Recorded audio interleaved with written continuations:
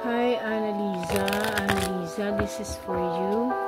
Spirit guides and angels, show me the cards that I need to see for Annalisa. Show me the cards that I need to see for Annalisa, please, please, please. Okay?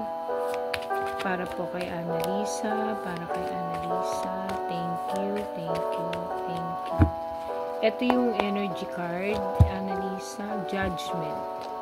Okay.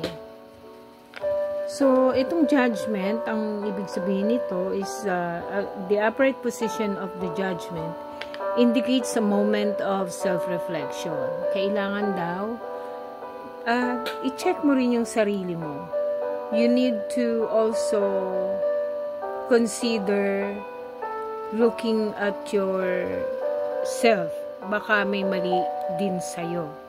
Baka kailangan mo ring husgahan ng sarili mo para magkaroon ka ng idea, baka ikaw din may mga pagkakamali, no?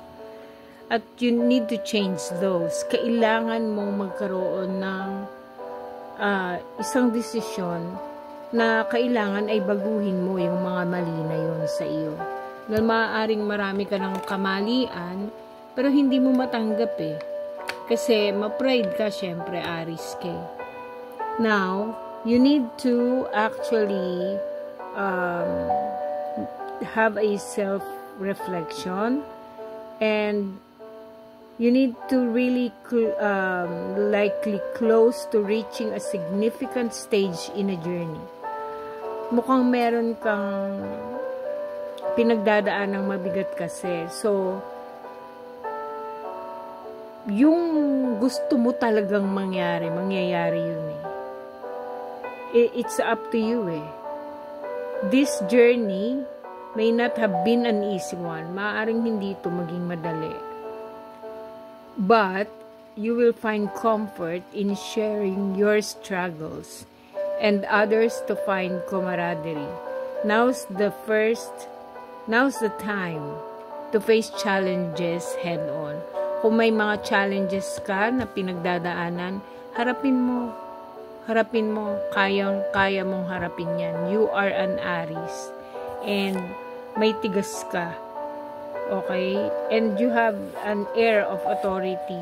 Kapag nagsalita ka, parang batas yan, pinapakinggan. Alright? So, that's your energy. Tignan naman natin the answer to your question. Here is your 5 cards for mini reading. Spirit guides and angels, show me the cards that I need to see.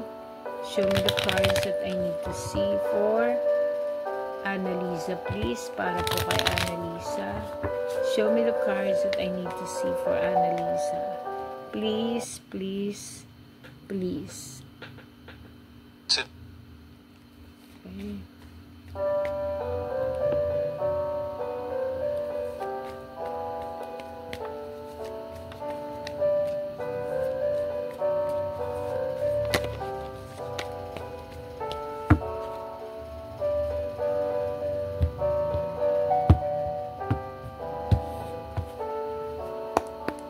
Para kay Annalisa.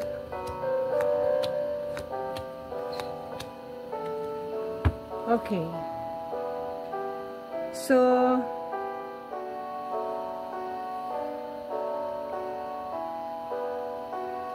alam mo ano, masyado kang palaisip. So, this is a good thing na may darating sa'yo na mga projects, magiging busy ka. Kasi, ini-entertain mo yung thoughts mo. Pero sa totoo lang, ikaw lang nakakaisip nun eh. Ikaw lang nakakaisip nun. Bitter ka lang dun sa tao. Pero, the truth is, mahal ka ng asawa mo, mahal ka ng husband mo. Ikaw ang totoong mahal niya.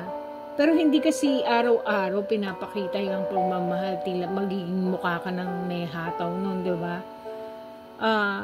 Wala siyang gusto. Wala siyang gusto doon sa tao na yon. And ikaw, mas malalim pa na pagmamahal ang ipapakita sa iyo ng husband mo. Baka ikaw pa nga magkagusto sa iba kasi may tendency kang magkaganon. Also, may nakikita ako dito na there will be lots of achievements, may matatapos na cycle at mag-uumpisa ka ng panibagong cycle. Yung investments mo na emotion sa asawa mo, huwag kang mag-alala dyan. Feeling mo lang, parang ang bagal-bagal, tas parang wala kang napapala sa asawa mo. Parang hindi niya binabalik yung pagmamahal mo. O parang nakikita mo na very, parang very boring ang datingan sa'yo. Pero the truth is, tsinatsaga niya lang talagang alam mo yung maghintay ng tamang pagkakataon. And the result of this will be very, very good for you. Pag dumating yung time na yan, your husband, there will be a time that your husband is going to be very energetic towards you. Makikita mo sa bandang huli na ang swerte mo sa husband mo.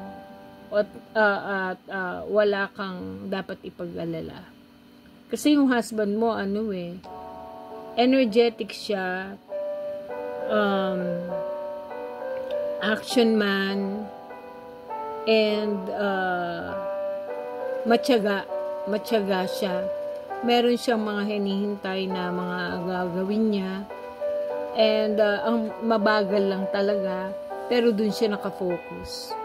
Siguro yung iniisip mo, kasi talaga ang Aries, may pagka-paranoid. Alam mo yung masyadong nag-iisip, nag-i-imagine ng mga bagay-bagay hindi pa nangyayari. And alam mo may tendency na makapanakit at makapag-desisyon ng mali only because naisip niya lang. So, more likely, naiisip mo lang yan. Hindi kayo magkakahiwalay ng asawa mo dahil gumagawa siya ng kalokohan. Pag dumating ang panahon, pag kayo nagkaroon ng problema, ang may kasalanan ikaw. Okay? So that's it for you. Thank you so much and till next time.